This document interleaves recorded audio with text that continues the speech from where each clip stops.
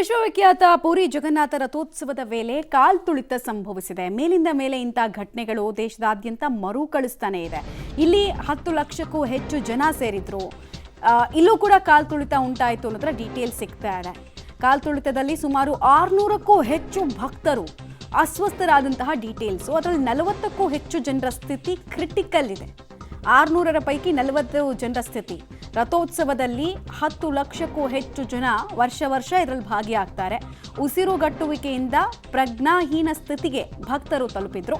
ಅಸ್ವಸ್ಥ ಭಕ್ತರನ್ನ ಸ್ಥಳೀಯ ಆಸ್ಪತ್ರೆಗೆ ದಾಖಲಿಸಿ ಚಿಕಿತ್ಸೆಯನ್ನು ಕೊಡಿಸಲಾಗ್ತಾ ಇದೆ ಅನ್ನೋದರ ಮಾಹಿತಿ ಸಿಗ್ತಾ ಇದೆ.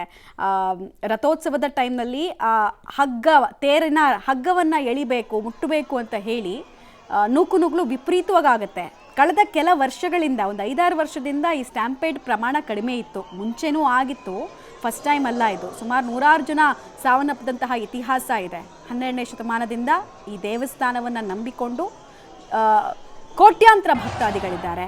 ವರ್ಷ ಬರ್ತಾರೆ. ನಮಗೆ ಗೊತ್ತಿರೋ ಪ್ರಕಾರ ಇದು 148ನೇ ರಥೋತ್ಸವ 1878ಇಂದ ನಡೀತಾ ಇದೆ.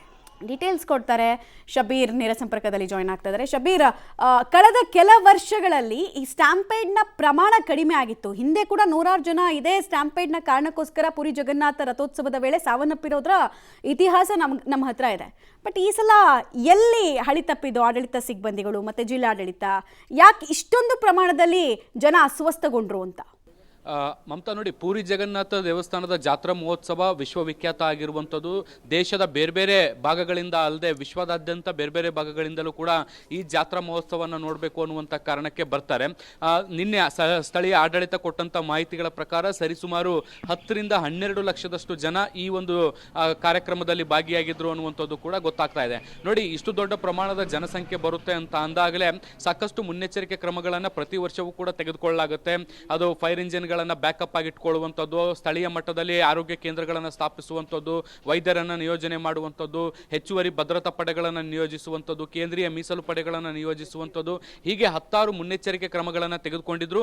ನಿನ್ನೆಯೂ ಕೂಡ ಅದೇ ರೀತಿಯಾದಂಥ ಸಾಕಷ್ಟು ತಯಾರಿಗಳನ್ನು ಕೂಡ ಮಾಡಿಕೊಳ್ಳಲಾಗಿತ್ತು. ಆದರೆ ನಿನ್ನೆ ರಾತ್ರಿ ಒಂದು ರಥೋತ್ಸವ ಆಗಬೇಕಾಗಿತ್ತು. ಈ ರಥೋತ್ಸವ ಆಗಬೇಕಾದಂಥ ಸಂದರ್ಭದಲ್ಲಿ ಈ ರಥದ ಚಕ್ರಗಳೇನಿರುತ್ತೆ ಇದರಲ್ಲಿ ಒಂದಿಷ್ಟು ತಾಂತ್ರಿಕ ಸಮಸ್ಯೆಗಳು ಬಂದಿತ್ತು. ಇದು ಆದ ಬಳಿಕ 20 ನಿಮಿಷ ರಥ ಏನು ಹೊರಡಬೇಕಾಗಿತ್ತು, ಅದು 20 ನಿಮಿಷ ವಿಳಂಬ ಆಗಿತ್ತು. ಈ ವಿಳಂಬ ಆದಂಥ ಹಿನ್ನೆಲೆಯಲ್ಲಿ ಜನರಲ್ಲಿ ಒಂದು ರೀತಿ ಗೊಂದಲ ಸೃಷ್ಟಿಯಾಗುತ್ತೆ. ಗೊಂದಲ ಸೃಷ್ಟಿಯಾದ ಬೆನ್ನಲ್ಲೇ ಒಂದಿಷ್ಟು ನೂಕುನುಗ್ಗಲು ಕೂಡ ಶುರುವಾಗುತ್ತೆ. ಈ ಸಂದರ್ಭದಲ್ಲಿ ಬಹಳಷ್ಟು ದೊಡ್ಡ ಪ್ರಮಾಣದ ಜನಸಂಖ್ಯೆ ಇದ್ದಂಥ ಕಾರಣದಿಂದಾಗಿ ಬಹಳಷ್ಟು ಜನ ಉಸಿರುಗಟ್ಟಿ ಮೂರ್ಛೆ ತಪ್ಪಿ ಬೀಳುವಂತಹ ಸನ್ನಿವೇಶಗಳು ನಿರ್ಮಾಣ ಆಗುತ್ತೆ. ಹೀಗೆ ಕೆಳಗಡೆ ಜನರು ಬೀಳ್ತಾ ಇದ್ದಂತೆ ಉಳಿದ ಜನರು ಆಘಾತಕ್ಕೊಳಗಾಗ್ತಾರೆ, ಆತಂಕಕ್ಕೊಳಗಾಗ್ತಾರೆ. ಅಲ್ಲಿಂದ ಬೇರೆ ಕಡೆಗೆ ಸ್ಥಳಾಂತರ ಆಗಬೇಕು ಅನ್ನುವಂತಹ ಅವಸರದಲ್ಲಿ ಬೀಳ್ತಾರೆ. ಈ ಸಂದರ್ಭದಲ್ಲಿ ಮತ್ತಷ್ಟು ನೂಕಾಟ ತಳ್ಳಾಟ ಶುರುವಾಗಿ ಈ ಕಾಲ್ತುಳಿತ ಸಂಭವಿಸ್ತು ಅನ್ನುವಂಥದ್ದು ಗೊತ್ತಾಗ್ತಾ ಇದೆ. ಆಡಳಿತ ವೈಫಲ್ಯ ಅನ್ನೋದಕ್ಕಿಂತ ಹೆಚ್ಚಾಗಿ ರಥದಲ್ಲಿ ಬಂದಂಥ ತಾಂತ್ರಿಕ ಕಾರಣದಿಂದಾಗಿ ಜನರು ಒಂದು ರೀತಿ ಆತಂಕಕ್ಕೊಳಗಾದ್ರು. ಮತ್ತೆ ಜನರು ಮೂರ್ಛೆ ತಪ್ಪಿ ಬಿದ್ದಿದ್ರಿಂದ ಅದನ್ನು ನೋಡಿ ಒಂದು ರೀತಿ ಆಘಾತಗೊಂಡು ಅಲ್ಲಿಂದ ಮೊದಲು ಹೊರಡಬೇಕು ಅನ್ನುವಂಥ ನಿಟ್ಟಿನಲ್ಲಿ ಏನು ಒಂದು ವೇಗವನ್ನು ಶುರು ಮಾಡಿದ್ರು, ಅದು ಈ ಒಂದು ಕಾಲ್ತುಳಿತಕ್ಕೆ ಕಾರಣ ಅನ್ನುವಂಥದ್ದು ಗೊತ್ತಾಗ್ತಾ ಇದೆ. 600 ಜನ ಈಗಾಗಲೇ ಕಾಲ್ತುಳಿತದಿಂದ ಏನು ಸಮಸ್ಯೆಯನ್ನು ಎದುರಿಸಿದ್ರು. ಬಹುತೇಕ 40 ಮಂದಿ ಕ್ರಿಟಿಕಲ್ ಕಂಡೀಷನ್ಸ್ ಇತ್ತು.